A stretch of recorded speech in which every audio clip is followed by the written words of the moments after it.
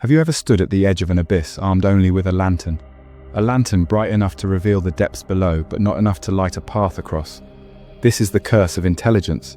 The brighter the flame, the darker the shadows it casts.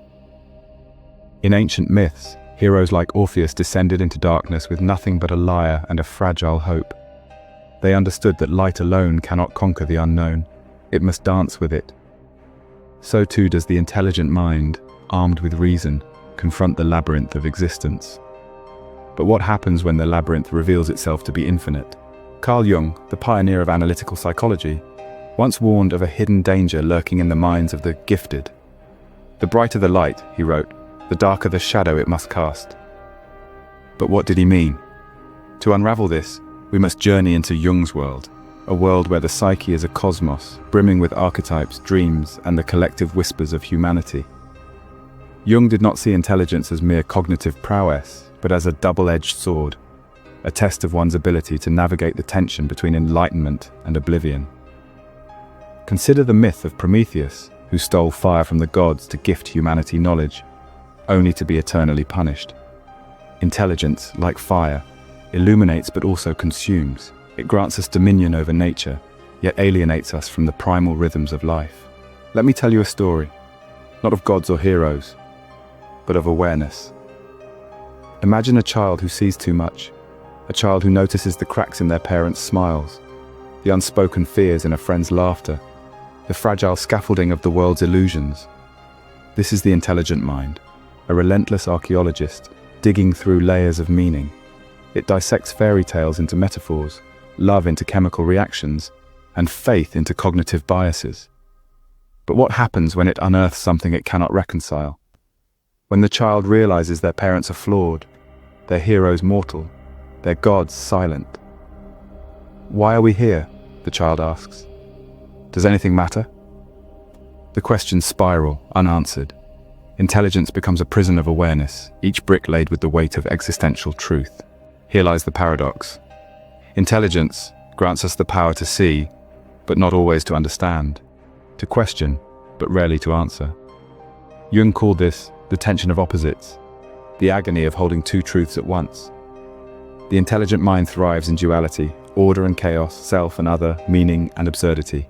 Example: the philosopher who deconstructs morality yet yearns for virtue, the physicist who maps quantum fields but trembles at the void they reveal, the poet who captures beauty in verse, only to despair that language cannot touch the sublime. Consider Friedrich Nietzsche, whose razor-sharp intellect dissected religion, morality, and truth, only to collapse under the weight of his own revelations. "When you gaze long into an abyss," he wrote, "the abyss gazes also into you." Intelligence, untempered by humility, becomes a mirror reflecting our own abyss. Think of the philosopher paralyzed by free will, the scientist tormented by ethics, the artist who destroys their work, knowing it will never match their vision. Intelligence becomes a hall of mirrors. Every answer reflects a new question. Every truth whispers, "But what if you're wrong?" The chessboard is a fitting metaphor. Each move calculates consequences, anticipates threats, strategizes survival. Yet the game itself is a construct, a dance of arbitrary rules. The intelligent mind, like the chessmaster, risks becoming lost in the game, mistaking the board for the world. But life is not a game. There are no rules, only consequences. No winners, only participants. And the intelligent mind, for all its prowess, cannot outthink mortality. Jung believed this suffering had a name: the shadow. The shadow is the part of us we bury: shame, rage, primal instincts. It is the disowned self, the rejected emotions, the whispers we drown out with rationality. But the intelligent mind, in its obsession with reason, often denies this darkness. It constructs fortresses of logic, walls of data, moats of skepticism, all to keep the shadow at bay.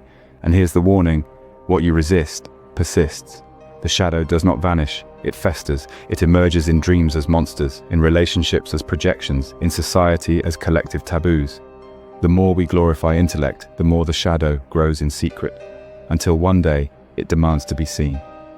History is littered with tales of geniuses undone by their shadows, inventors consumed by obsession, leaders corrupted by power, visionaries broken by despair. Even Jung himself faced his shadow during his confrontation with the unconscious, a descent into madness that birthed his greatest work. This is why intelligence can feel like a curse. It alienates us from others, from our bodies, from the raw, messy truth of being human. We become spectators of our own lives, analyzing emotions rather than feeling them, dissecting love rather than surrendering to it. The intelligent mind, in its tower of reason, gazes down at the world but forgets how to walk among it. Yet Jung offers a cryptic hope. The curse is also the cure. To integrate the shadow, we must first descend, to ask, what if my doubts aren't enemies but guides? What if my arrogance masks fear? My cynicism, grief? This is the alchemy of introspection. The intelligent mind, when humbled, becomes a bridge, not between right and wrong, but between the self and the unknown. Consider the shamanic traditions, where initiates endure visionary trials to confront their darkness.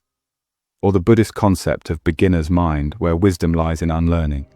Intelligence, when paired with curiosity, becomes a lantern and a compass. The seed does not fear the dark. It embraces it, knowing decay nourishes growth. So too must the intelligent mind embrace its shadow. This is not a surrender to irrationality, but a marriage of opposites. The scientist who studies the stars must also marvel at their beauty. The philosopher who deconstructs meaning must also create it. The artist who doubts their craft must still dare to paint.